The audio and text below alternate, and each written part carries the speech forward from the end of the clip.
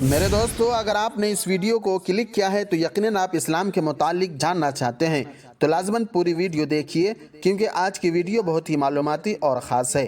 تو چلیے شروع کرتے ہیں۔ آج کے دور میں لوگوں کو یہ شبہ ہو رہا ہے کہ اگر انسان کی تخلیق کا مقصد صرف عبادت تھا تو اس کام کے لیے انسان کو پیدا کرنے کی کیا ضرورت تھی؟ یہ کام تو پہلے فرشتے بہت اچھی طرح انجام دے رہے تھے اور وہ اللہ کی عبادت، تسبیح و تقدیس میں لگے ہوئے تھے۔ یہی وجہ ہے کہ جب اللہ تعالیٰ نے حضرت آدم علیہ السلام کو پیدا فرمانے کا ارادہ کیا اور فرشتوں کو فرمایا کہ میں اس طرح کا ایک انسان پیدا کرنے والا ہوں، تو فرشتوں نے بے ساختہ یہ کہا کہ آپ ایک ایسے انسان کو پیدا کر رہے ہیں جو زمین میں فساد مچائے گا اور خون ریزی کرے گا۔ عبادت، تسبیح و تقدیس تو ہم انجام دے رہے ہیں۔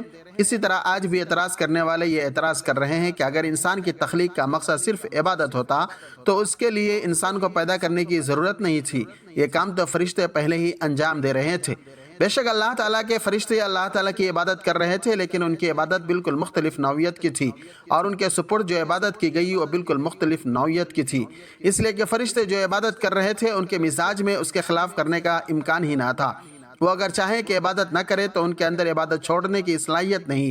اللہ تعالیٰ نے ان کے اندر سے گناہ کرنے کا امکان ہی ختم فرما دیا، اور نہ انہیں بھوک لگتی ہے، نہ ان کو پیاس لگتی ہے، اور نہ ان کے اندر شہوانی تقاضا پیدا ہوتا ہے، حتیٰ کہ ان کے دل میں گناہ کا وسوسہ بھی نہیں گزرتا۔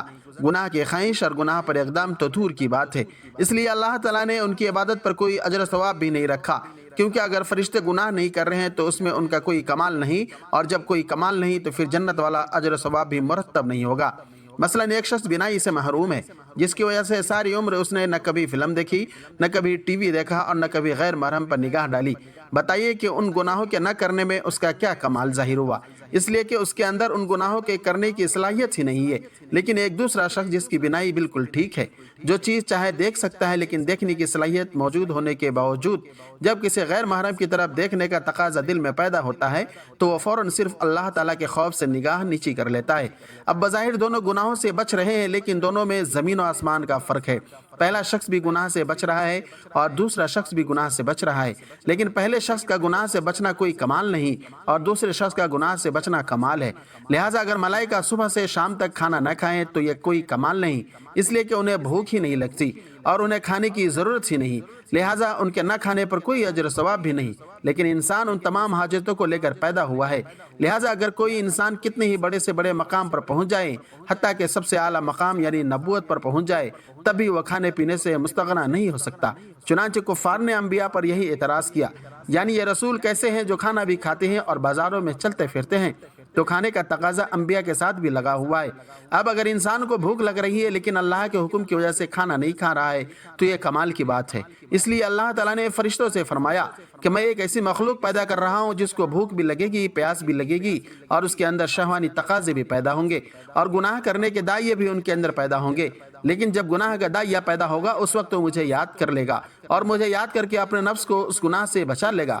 اس کی عبادت اور گناہ سے بچنا ہمارے یہاں قدر و قیمت رکھتا ہے، اور جس کا اجر و ثواب اور بدلہ دینے کے لیے ہم نے ایسی جنت تیار کر رکھی ہے جس کی صفت ارضھا السماوات والارض، اس لیے کہ اس کے دل میں داعیہ اور تقاضا ہو رہا ہے اور خواہشات پیدا ہو رہی ہے اور گناہ کے محرکات سامنے آ رہے ہیں، لیکن یہ انسان ہمارے خوف اور ہماری عظمت کے تصور سے اپنی آنکھ کو روک رہا ہے، اپنے کان کو گناہ سے بچا لیتا ہے، اپنی زبان کو گناہ سے بچا لیتا ہے اور گناہوں کی طرف اٹھتے ہوئے قدموں کو روک لیتا ہے تاکہ میرا اللہ مجھ سے ناراض نہ ہو جائے۔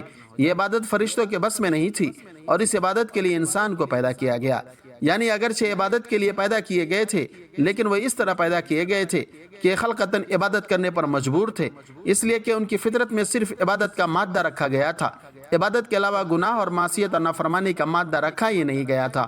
لیکن حضرت انسان اس طرح پیدا کیے گئے کہ ان کے اندر نافرمانی کا مادہ بھی رکھا گیا، گناہ کا مادہ بھی رکھا گیا، اور پھر حکم دیا کہ عبادت کرو۔ اس لیے فرشتوں کے لیے عبادت کرنا آسان تھا، لیکن انسان کے اندر خواہشات ہے، جذبات ہے، محرکات ہے اور ضروریات ہے اور گناہوں کے دوائی، اور پھر یہ حکم دیا گیا کہ گناہوں کے ان دوائی سے بچتے ہوئے اور ان جذبات کو کنٹرول کرتے ہوئے اور گناہوں کی خواہشات کو کچلتے ہوئے اللہ تعالیٰ کی عبادت کرو۔ میرے دوستو، انسان کو اس عبادت کے لیے اس لیے پیدا فرمایا تاکہ یہ دیکھے کہ انسان جس کے اندر ہم نے مختلف قسم کے داعیے اور خواہشات رکھی ہے، ہم نے اس کے اندر گناہوں کے جذبات اور ان کا شوق رکھا ہے۔ ان تمام چیزوں کے باوجود یہ انسان ہماری طرف آتا ہے اور ہمیں یاد کرتا ہے، یا یہ گناہوں کے دائیں کی طرف جاتا ہے اور ان جذبات کو اپنے اوپر غالب کر لیتا ہے۔ اس مقصد کے لیے انسان کو پیدا کیا گیا ہے۔ میرے دوستو، ہمیں امید ہے کہ آپ کو پوری ویڈیو دیکھنے کے بعد اچھی طرح سے بات سمجھ میں آ گئی ہوگی۔ دعا ہے کہ پاک پروردگار ہم سب کو صحیح سلامت رکھے اور اپنے فضل و کرم سے ہم سب کو دین اور دنیا دونوں میں کامیاب کرے۔ پھر ملیں گے انشاءاللہ کسی دوسری نئی ویڈیو میں، تب تک اپنے بھائی کو اجازت دیجیے۔ آپ بھی اچھے سے رہیے۔ خدا حافظ۔